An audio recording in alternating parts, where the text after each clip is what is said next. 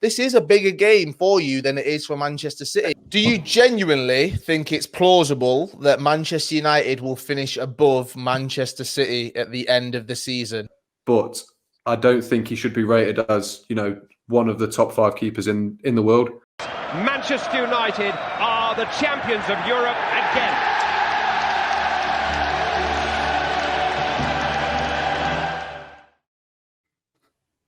Hello and welcome back to the One United podcast. I'm joined as ever by Henry. Henry, how are you doing?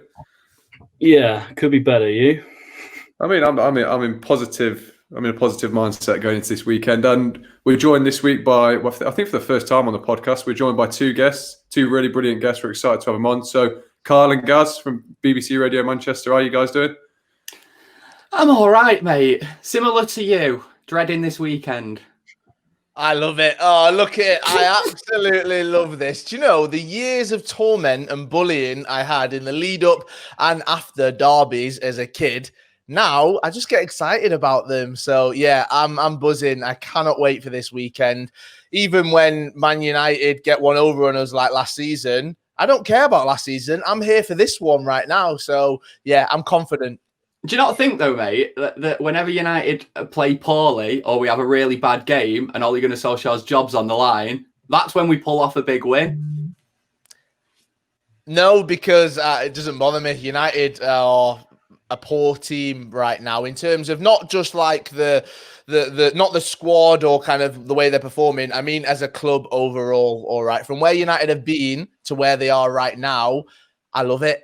I've got a big smile on my face. You can beat us. You can do whatever. It doesn't mean it's going to improve you as a club. So, yeah, you guys are getting a nice insight into mine and Gaz's friendship. We just go back to back. We don't even need you guys to prompt us. This is what happens. Still below us in the league. That's what I was going to say. It's like all this bragging and we're still above them in the league, but that's probably got about 48 hours left on that one, hasn't it? Okay, now. Well, we'll sort of segue into the first part of the show. Then, obviously, there's probably one of the biggest games of the season coming up on Saturday. So, just looking ahead to the game, I'll come to you, Gaz, first because United are at home. So, what are your sort of thoughts going into the game? Well, it's weird because, like what I said to Kyle, there is genuinely something in the back of my mind that says Ole Gunnar Solskjaer will pull something off here. Just because everything says that he shouldn't. And this is usually what happens. Everyone's saying that you lose the derby and they'll be talking about new managers on Monday and potentially talking about sacking him on Monday. So it's inevitable that he'll pull something off. But logically speaking, I can't really see how it's done. I mean, I know I'm bragging here about being above City in the table, but City have probably played the better football than us this season in the league. I don't really mind admitting that. But I wouldn't really mind if that happened throughout the season as long as we finish above them. But yeah, I'm a little bit nervous, especially after the Leipzig game, because I think a lot of United fans always thought, yeah, we're good against the big teams. Any team that comes and attacks us will be fine. Beat PSG, beat Leipzig, it's fine. And then obviously that's all gone out the window now. And I feel like maybe Ollie's been sussed out a little bit. Maybe. No, I'll come to you, Carl. Obviously, Ole's record against Pep is probably one of the only things that's keeping him in a job at the minute. It's definitely nice from a United point of view to say that we haven't lost against you. Well, we lost against you once last year, beat you 3 times. So how does Pep overcome this obstacle that he's sort of been facing the last year or so? I don't think it is as big of an obstacle as Man United fans like to make out. Yes, you did beat us. I'll put my hands up and say, right, great. But what does that actually mean in the grand scheme of things? You beat us, but you didn't finish above us last season in the league. You beat us in one half of the League Cup, was it? Doesn't mean that you progressed through. You didn't. Manchester City won that competition. So I understand that it's great in terms of bragging rights. But if you actually look at the bigger picture, has Pep Guardiola got a problem in Ole Gunnar Solskjaer? No, he's not. Currently, he's got a problem in Jose Mourinho because I genuinely think that Tottenham will go the distance and be around the top of the Premier League when it comes to it finishing in May. Obviously, he's got a problem in Klopp because Liverpool have done what they've done over the past year and Guardiola and Klopp have been going head-to-head with each other. So, obviously, it's a Manchester derby, so there's a lot on the line in terms of bragging rights, in terms of the fans and stuff like that. But if City were to get beat tomorrow, is it going to be the end of Pep? No. will people forget about it in 2 weeks? Yes, everyone will forget about it except for United fans. So it's not even a dig, and it's not me just having a go at United fans. This is a bigger game for you than it is for Manchester City. After crashing out of the Champions League midweek and then into a derby, this is a huge game for Ole Gunnar Solskjaer and for United fans. I feel like United are on the cusp of being back to that successful team. But if they get beat tomorrow, that's going to be a big dent in that.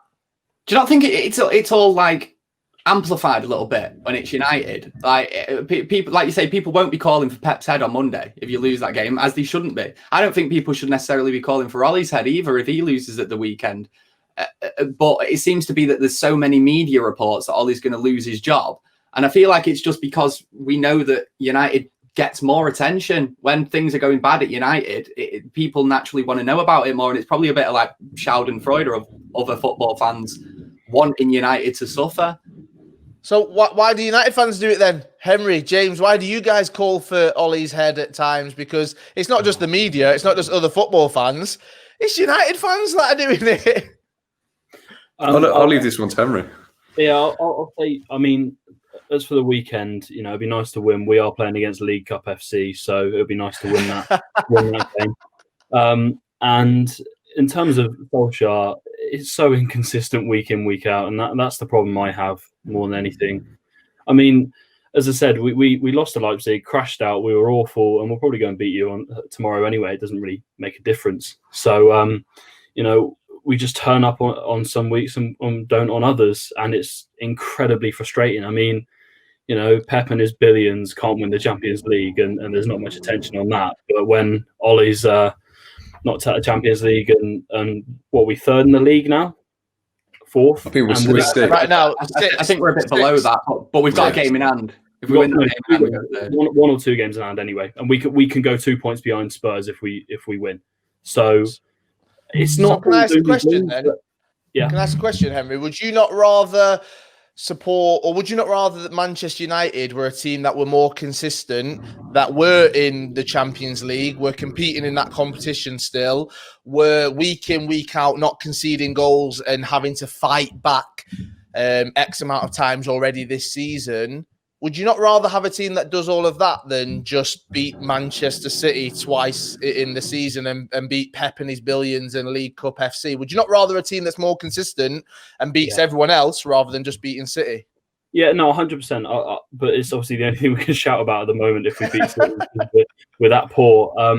In terms of consistency and stuff, I mentioned to James before, this side, it drains the life out of you week in, week out, United, because you don't know what you're going to get. You could win 5-0 like we did against Leipzig at home, or you could ship 2 goals in 15 minutes at the start of a game. So you really don't know what you're going to get. You know, we could lose 5-0 tomorrow, but we could win 5-0 tomorrow. So it's painful week in, week out, and it's so stressful because you're just there like, what? I can't predict scores because I don't know what's going to happen. So inconsistency is the problem, and that lies with the manager and the players, and then further up than that as well. The inconsistencies is frustrating, but it's not that bad, Henry, is it? Like, look at the league table, look at what we've done this season. It's really not that bad. I think it shows how bad everyone else has been. The fact that we're in the position we're in, you know, lost to Palace. We took a penalty to beat West Brom. We were awful in that game as well. You know, the Chelsea 0-0, the losing to Arsenal at home against a team that have won once in the last 6 games. I know they're shouting about Europa League and whatever because they beat a bunch of bum teams, but the reality is we should be beating these sides if they're not performing to that level, and other teams would, and other managers are more consistent at the top level. And you know, Solskjaer could pull a win out of the bag, but at the same time, we could go 4-0 down in 20 minutes. You don't know, and that's the frustrating part for me. I just think it still means so much, I think, to beat City. And I don't just mean because it's the Manchester derby and bragging rights. I mean, going forward for the season. I think if you beat City and you beat them in the same way that we did last season at the Etihad, where it really was an Ole masterclass, if we beat them again, I don't see why that shouldn't give them confidence going forward, especially seeing how close we are to the top of the table. Yeah, so fair enough. So can I just quickly jump in and ask, Do you genuinely think it's plausible that Manchester United will finish above Manchester City at the end of the season? Like genuinely, because I don't know. I think that it is plausible, but Yeah. I don't actually know if I mean, surely that's not down to Manchester United's performances. It's more down to Manchester City's performances. I mean, that's a fair point. But it's more about City cocking it up than United doing well, to be honest. But I definitely think it's plausible. If you ask me if I do still think it's going to happen, no, I think City will finish above us this season. But it's definitely plausible, and that's what I mean. This weekend could be huge for that. I think we'd need a big injury to either De Bruyne, Sterling, or Edison for us to finish above you. I think so. That's all I'll say on it. He sets up our goals in the derbies. Well, yeah, but who has he got behind him? Stefan. And Scott Carson. And Scott Carson. I'll take it back then. I'll take it back. But guys, just sort of moving on then. Obviously, we want to keep this run against City going, but how does Ole set up the team to ensure we do beat them? Oh, I've got no idea, because before the Leipzig game, I would have said maybe 3 at the back in the same way that we played against PSG when we beat them would have been the way to go. And I think, did we play 3 at the back at the Etihad last season? I have a feeling we may have played with wing backs in that game, but I think we did, yeah. Yeah.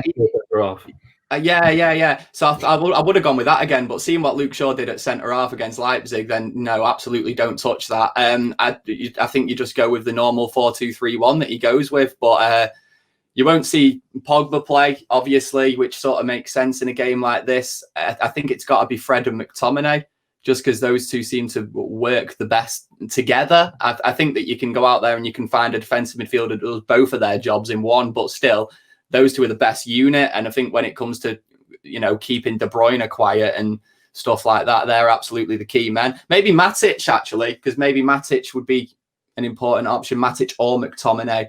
But either way, with City, you know that the threat, you really need our fullbacks to be on their game.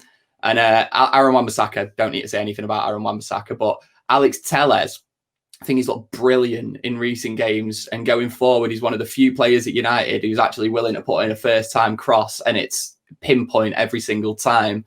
My worry is he's not looked good going back at all. And we've seen him got skinned a few times in that Leipzig game. And I could see that happening against City, but still, he's better than Luke Shaw.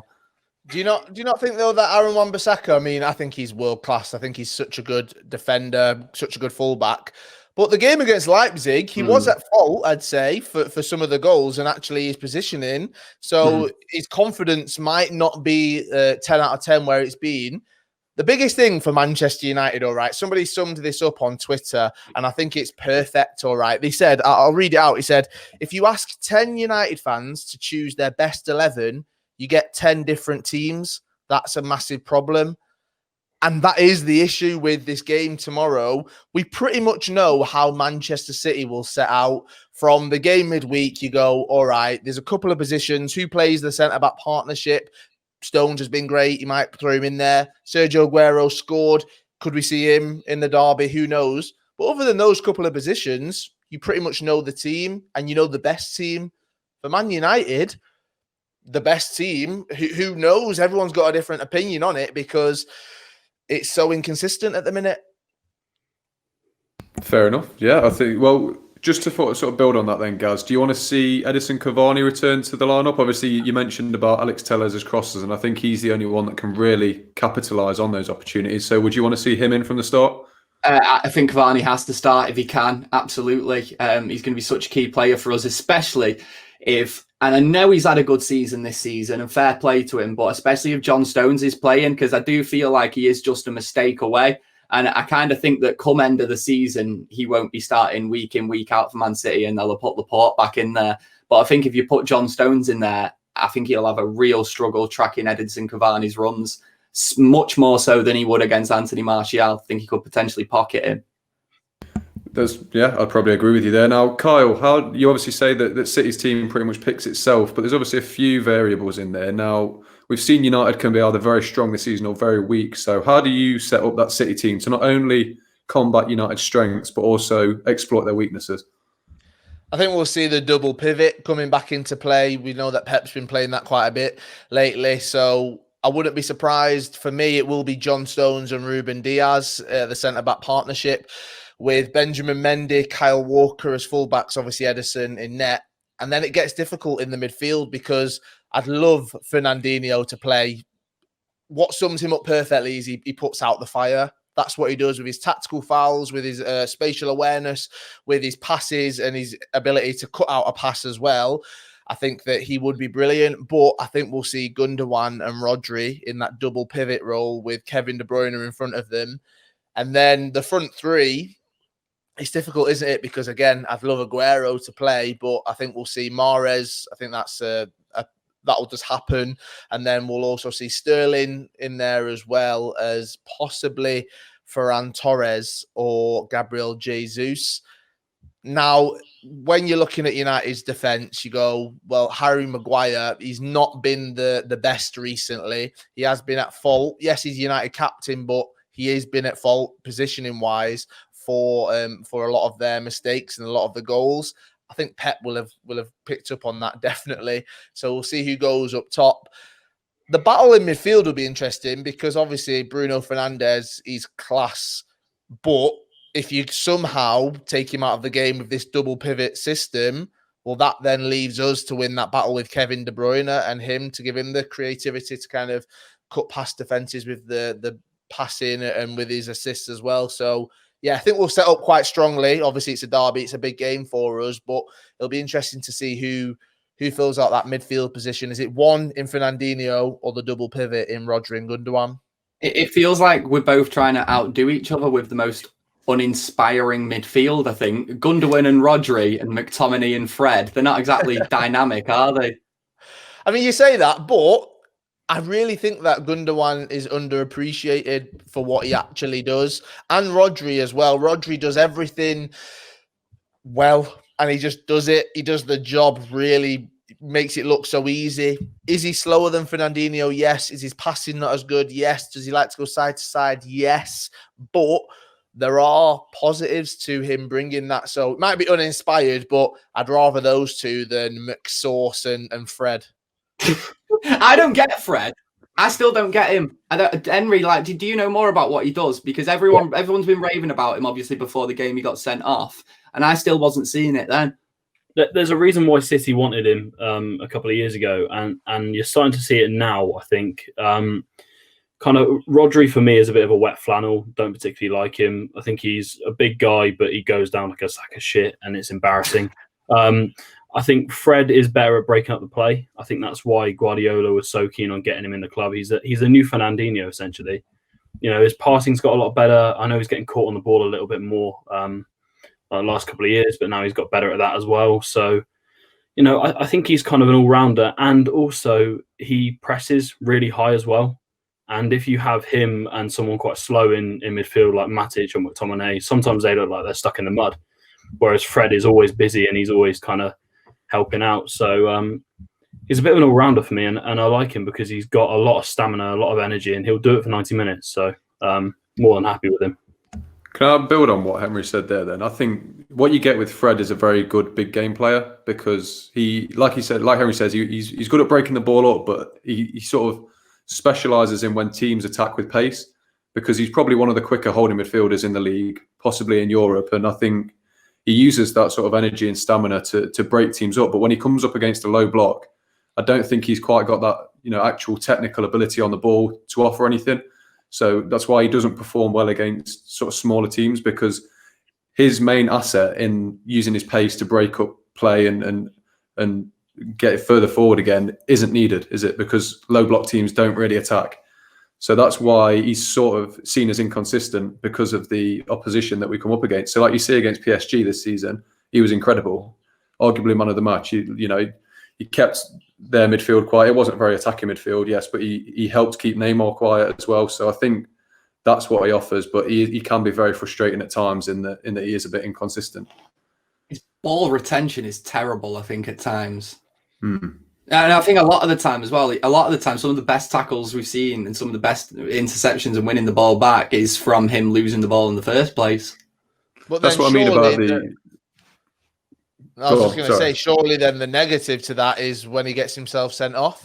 and when he gets himself into that, because he loses the ball and he goes in for that challenge right there, which he's already frustrated, he's lost the ball, so then he's going in for a challenge, trying to get the ball back. He clips the player, or the player's very smart, goes down, gets himself a yellow card, gets himself another yellow card. So it's all well and good saying that, yes, Fred is this player that United can look to, but if he is so inconsistent, there's a reason for that. You want someone in that midfield that is going to be consistent week in, week out. That's why Bruno Fernandes has been so good for you guys. That's why Paul Pogba hasn't been so good for you guys, as well as lots of other things as well. But surely, if you want Bruno Fernandes to be as creative and to be as free as you want him to be to create chances, you want the players behind him to be assuring every single time Bruno Fernandes gets that ball that if he loses it, Fred or McTominay are going to clean up that play. Do you guys trust those two against Kevin De Bruyne? Do you guys trust those two against Sterling if he's coming in through the middle, or even Phil Foden if he's coming through the middle? I wouldn't. If you asked me a couple of weeks ago, I might have. McTominay's consistent, but I mean consistently shit. He does nothing on a weekly basis, and I'm fed up of it.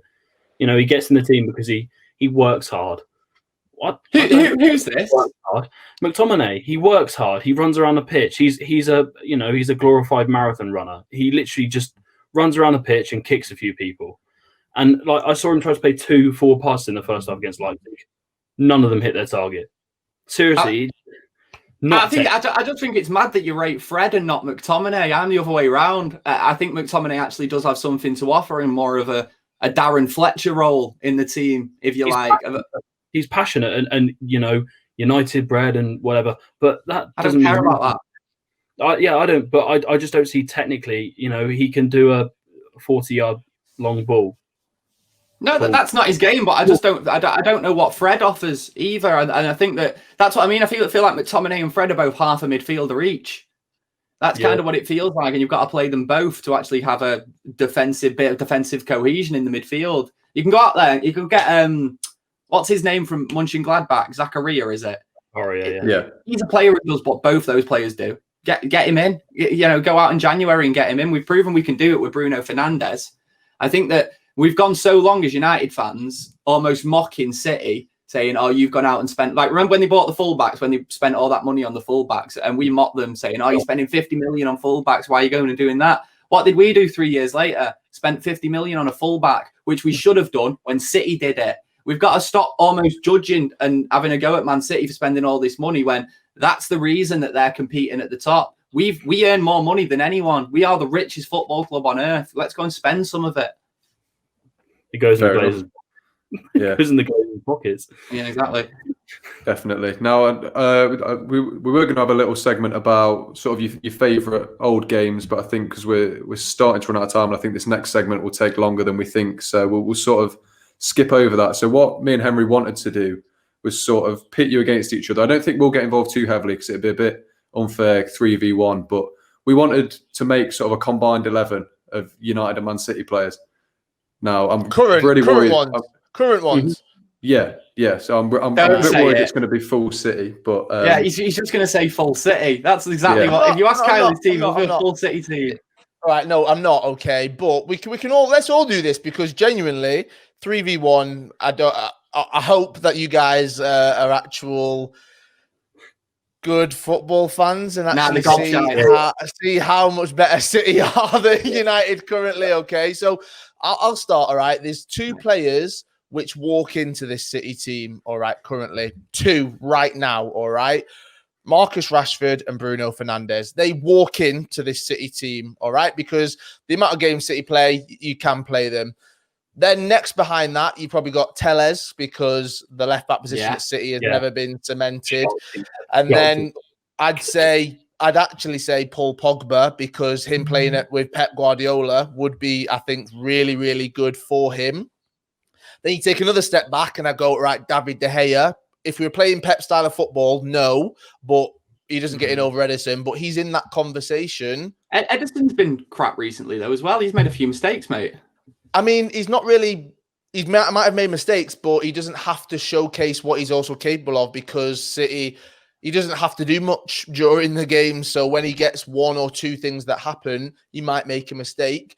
The other position is right back, all right? I mean, I would have said any other season except for this season, Wan-Bissaka gets in. But on Kyle Walker's form right now, I don't think he does.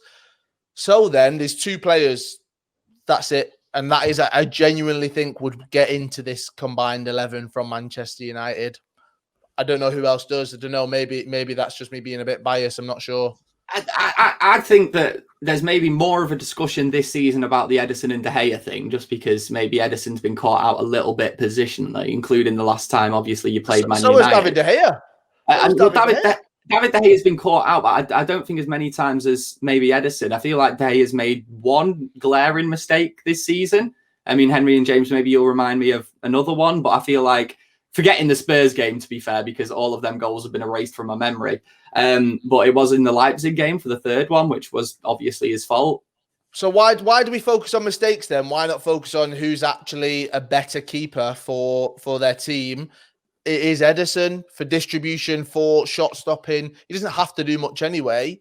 But Ederson is actually a very good keeper. If he's made some mistakes, let's not focus on those. Let's focus on who's the better keeper. And right now, I'd say Ederson is over David De Gea. He's more liable to mistakes, Ederson. He's more liable to mistakes because he's further out of his goal. So if he makes a mistake, it's magnified because of the way he's playing. Whereas if De Gea makes a mistake, I mean, that one against Leipzig, drop him. Seriously, don't play him at the weekend. That was embarrassing. No, that was embarrassing. Wow. I'm sorry. He's a goalie, though, Henry. Goalies make mistakes every now and then. He's been relatively solid this season up to then. Not having it. You don't turn your back when a shot's coming towards you. You don't turn your back. Genuine question then. Genuine question. Do you think he'll start Dean Henderson or David De Gea tomorrow? Start De Gea because he's a wimp, Solskjaer. He won't make a ballsy decision because he never does. You know, he played 7 at the back against Leipzig. He's not going to make any ballsy decisions. I think that's just a reactionary decision, though, Henry. And sometimes the manager, you've got to look at the bigger picture. I think you've got two keepers, right? Two keepers that are competing. Henderson came in against Southampton, played well. You know, he played against West Ham, played actually quite well. I didn't think he made any mistakes from my count. So, and he wants to play first team. So if we keep giving De Gea the benefit of the doubt when he makes a mistake, Henderson will just bugger off. He'll go to Chelsea or whatever, and he'll perform better, become a world-class keeper, and we'll be saying, "Oh, why did we let him go? Because we didn't play him." So if you play him in the big games and he turns up, then the conversation starts about, does De Gea get shipped out to Spain again? Because the reality is, I think Henderson, form-wise, what he's shown for us, he's better at the moment, and De Gea keeps making these mistakes, and he keeps getting away with it, and it can't keep happening. I mean, it's not a hill I'm willing to die on, to be honest. I wouldn't really be too fussed with Henderson starting tomorrow. But yeah. I'll give you Ederson, I think. Yeah, what I'll say about Ederson is I think I'd take him over De Gea, but I don't think he should be rated as, you know, one of the top 5 keepers in the world, because I think for City, he does a good job because he's a centre midfielder playing in goal. He's very good with his feet, but I do think he is protected by the City style of play in that they are relentlessly attacking. They don't face many attacks, so he doesn't face that many shots, really, does he? I get he has this year, and now we're sort of seeing a few mistakes come out. I do don't get me wrong, I do think he is a very good keeper, but I'm not seeing why he's, you know, people are rating him on a par with Alisson, and I don't think that's correct at all. So you're saying that he's a very good keeper for his club and the way that his club play, but he's not a very good keeper. But I think anyone who can pass a ball 30 yards could play in goal for City. That's what I'm trying to say. So David De Gea can pass a ball. His distribution is quite good. Do you think he'd be as good in net for Man City? Do you think his distribution's crap? Do you think that ter Stegen would be as good in net for Man City? Or Black? I think he'd probably keep more clean sheets, but I don't think he'd contribute as much to the attack as City. Exactly. So then that's his... I mean, I think we're focusing on the wrong things here because you're focusing on the negatives of Ederson's game rather than the positives. If you focus on the negatives of everyone else's game, every other goalkeeper's game, they're all going to have a negative in some area. So if we focus on all the positives of Ederson's game, then he is top 5 because he's one of the best goalkeepers in the world currently right now. Not top 1, not top 2, not top 3, not the best in the Premier League right now, but top 5, I disagree with that. I think actually is because of what he brings to the team, not focus on the negatives, what he actually brings. Fair enough. Yeah. Well, we're going with Edison anyway. So No. obviously, Let him have it. yeah, This is an interesting one. Centre backs. Come on, I want to jump straight into this. I mean, all right? centre backs, right? This is a weird one because let's face, I do think that come the end of the season, Harry Maguire will be considered a better centre half than John Stones is currently. But John Stones, whoa. John Stones is Ruben Diaz. Yeah, John Stones is playing better than Harry Maguire currently. I wouldn't even have a United centre half in there. Fair enough. yeah, Laporte and Diaz, but I'm not having Stones in the team. It's a bit easy for Kyle, this, isn't it? Right, all right then. I would rather bring back Otamendi and have him in this combined 11. I think, Carl, can I ask you a question as a City fan then? Why is Laporte not playing? Because in my mind, he's just below Van Dijk as the second best defender in the league. So why? Yeah, no, why I is he getting- agree with that. I think Pep is really pushing the form and how you played in the last game, and we are seeing it. I genuinely believe that Laporte made a mistake. All right, so he's made a mistake that's led to a goal. His positioning. So Pep goes, right, next game I'm going to play John Stones. John Stones has a great game. Pep in his head go, well, I'm going to play him for the next one. And John Stones has been on a roll. We brought him on midweek in the Champions League as well. So I think that, yeah, it's about form. That is what it is. Laporte is absolutely class. We missed him so much last season. I think that's one of the key reasons why we weren't competing at all for the Premier League, was missing him. So I think it's just to do with form. That's what it actually is. There's nothing else that's bigger than it. John Stones is just in form right now. And I actually really like that because he's fighting for his place. We brought in Nathan Ake as well as Ruben Diaz in the summer. So you've got to look at those two and go, they're great acquirements, bringing those two in. But John Stones has said, well, I'll step up to the plate. If you're going to bring in two centre-halves, I'm going to show you what I've got. And that's what he's managing to do. Fair enough. Well, we'll move on to the fullbacks then. Obviously, I think I don't know what anyone's going to go with, to be fair, actually, but I think I'd go personally with on form Tellez and Walker. Yeah. Don't know about anyone else who wants to jump in. On form, it's Tellez and Walker, innit? I think if you had to pick a player that you'd want in your team right now, and you take ages into consideration and things like that, maybe you'd go for Wan-Bissaka, but definitely Kyle Walker's currently in better form than Aaron Wan-Bissaka. How many games has Tellez actually played for United, though? That's the only thing I'm a bit worried about, because he is a great fullback, but how many games has he actually played for you guys? I think he's played at least 5 now, hasn't he? Yeah, I think he's played 5 or 6. Yeah. So and I think he's looked great in all those games. I think it was just against Leipzig. Maybe you did see a few defensive frailties. Yeah, you can't have him over. You can't have him below Mr. Shark Team, can you? Because No. What about Cancelo? I mean, Cancelo's looked consistently great for Man City in that left back position. I mean, if we're looking at form, Cancelo's probably on form better than Tellez just because he's played more games than him. So, I mean, that's the only argument I'd have. I agree with you. I think Benjamin Mendy will actually have a consistent run of games, and by the end of the season, we can slowly start to change our opinion on him. I hope. I think it could happen. But I'll give you Tellez. I will give you Tellez, but I think there's more of a conversation to be had because he's not actually played that much. If he's walking into your team over Brandon Williams and Luke Shaw, then that says a lot more about those two than it does about him if he's played 5 games, if he's walking into this combined team. Are we playing a 4-2-3-1 here? Yeah, I'd assume so, yeah. City have all the older midfielders. Yeah. Who do we have? Or would you? I mean, Van der Beek can play holding midfielder. He's just not natural. How do you know? You're cramming. I can't do that. I don't even know if he's any good. Good point. Yeah, I don't even rate Rodri. I don't even rate Gundogan that highly. But they're better than anything we've got. Yeah, both good answers. Yeah, Fernandinho as well. I mean, that's a conversation. Yeah. You could play a 4-3-3 for City. We know that City have had the two kind of holding, but it depends what style you go with. But I would say that Gundogan and Rodri, they get into that one. In front of them, this is the interesting one. I'm just going to say, mate, I was just going to say, mate, sorry, you mentioned Fernandinho. Why don't we just put one holding midfielder and make it Fernandinho, and then you can have Bruno and De Bruyne in front of him? I like that. I like that.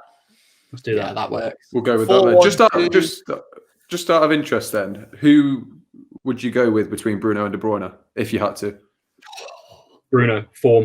Easy. If we're going on form, Bruno. I don't know. Sometimes watching De Bruyne last season, Three he's last top tier. Okay, that's great, but over Kevin De Bruyne, like genuinely on form, okay, he's doing some great things, but Bruno Fernandes' form is heightened because of who he's playing with. Let's be honest. If Bruno Fernandes was dropped into this City team, he'd be doing what Kevin De Bruyne does, and it wouldn't go as noticed because everyone else is doing it as well. Because Bruno Fernandes is at Manchester United, it looks better than it is. It's great what he's doing. I'm not taking that away from him, but it looks even better because he's the one-man team right now for you guys. Kevin De Bruyne is doing exactly what Bruno Fernandes is doing. He's getting the assists. He's still providing the passes and the creativity that we've seen and we've loved over the years. But because Bruno's doing it in this United squad and they're fighting back and he's celebrating really well, yeah, great.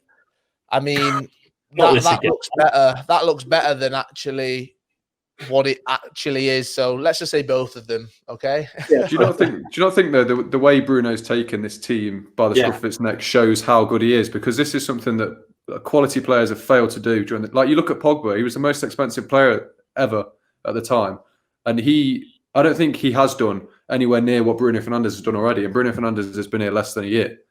So do you not think that is? He did it with France, and he did it at the World Cup. He did that job there. I'm talking specifically United. He's not had any sort of impact like Bruno Fernandes has, and so he costs double the money. Do you think Bruno Fernandes would do this exact like he'd take it by the scruff of the neck if he was playing in a different team? Because I think it's not just about Bruno. I think it is about who he is playing with. So I agree with you. Yeah, but Kevin De Bruyne would do what Bruno's doing now in Manchester United.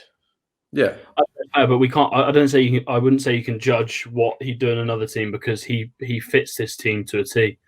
In terms of, I know he plays percentage balls and stuff, but his goals and assists are higher than Mo Salah's and Sadio Mane since he's come in. So, I mean, if you're putting in numbers like that, you're not a very bad midfielder for sure.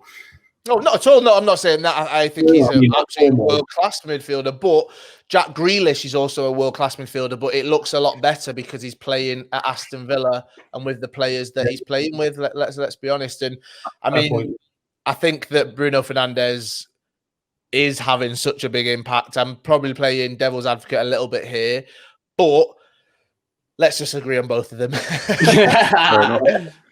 No, I know you've got to go in a sec, so we'll keep it quick. So, what's everyone's front three then? See, you've got to put Sterling in there. You've got to put Rashford. I don't know if Rashford gets in on form though. On form this season, just this season. I think he's world class, but the injuries he's had and the kind of he's not been the Marcus Rashford of Project Restart. Let's forget that they're two different seasons. All right, so the end of last season compared to the beginning of this season, I don't think he's actually performed as good. I love him. I absolutely love him. I think he's great. This is not me being divisive. I'm not saying stuff to get a reaction. I'm really not. But there has to be more of a conversation than saying he's in there. No, absolutely. Well, I think Marcus Rashford has been all right this season, actually. I think that there's a few bits of his game which have become apparent, especially in the bigger games with his decision-making, but he's still only 23 years old. And I think sometimes, even when United are playing poorly, there's only two players that stand out as having pure class and capable of individual moments, and they're Bruno Fernandes and Marcus Rashford. I think he's absolutely world-class. And I think he's going to break United's goal-scoring record one day. Because I think he'll be here for the rest of his career. That seems to be what he wants. I think Marcus Rashford, especially just taken away from this combined 11, going into a Manchester derby, you have to start a player like that. Yeah. I think as well, Marcus Rashford has more goal involvements this season than every City attacker so far. I think that, and he's not played every game either. He's been switched around positions. He's played down the left, through the middle, down the right, already this season. So he's been moved about a lot. And yet he's still contributing to goals, which, as an attacker, realistically, that's all you need to do, isn't it? Yeah. At the end of the day, I I get he could have more of an influence on the game, but it's the same with Greenwood. What he's putting up the numbers. Greenwood not so much this season. That was a bad example, but Rashford's putting up the numbers. He's getting involved with goals. What more can you ask from an attacker if you put it really simply? Right then, so Sterling and Rashford. I'll give you Rashford on that one. I won't argue too much. So who has to be? I mean, see, again, it's difficult because I'm even debating which City player goes in. Mahrez has been class this season. Let's be honest. Mahrez has been class, but then Ferran Torres is on fire at the minute. He scares me. Torres scares me. I think in 3 years you could be talking. 2 years you could be talking about a proper player. But then in a combined 11, do we rule out Sergio Aguero, one of the most prolific strikers the Premier League's ever seen? Yes. For me, it's Aguero in, but yeah. I mean, I don't think you can rule him out. I know on form and everything, we can say that, but he's one of the best strikers we've ever had in the Premier League. So I don't know. I genuinely don't know who takes that top spot up there. It reminds me of Firmino a little bit at times. When he plays in that central role, he reminds me of Firmino a little bit at times with his movement and the way he kind of, I don't know, he manages to hold the ball and build play, even though he's quite short, but I think a little bit stocky. That's how I'd describe him. Yeah. Low center of gravity. Yeah, it works a treat, and genuinely, as Gaz said, he could be a real player in like a year's time. If he plays well for the rest of the season, he'll be talked about as they'll talk about Aguero leaving. I reckon, genuinely, that'll be the case. So I would have him in there over Aguero right now. Genuinely, I don't think you can overlook how good he's on form, especially for Spain as well. You can't overlook. I'm all right to go with that. I don't think I can look past Sergio Aguero. There we go. I think his history precedes him. I get he hasn't had the best season, but he's been a bit injured. So I think if we're talking in peak fitness, which player would we put in that team? I'd have Aguero over Ferran Torres. So Henry's going Torres, and me and James are going Aguero. Kyle's got the.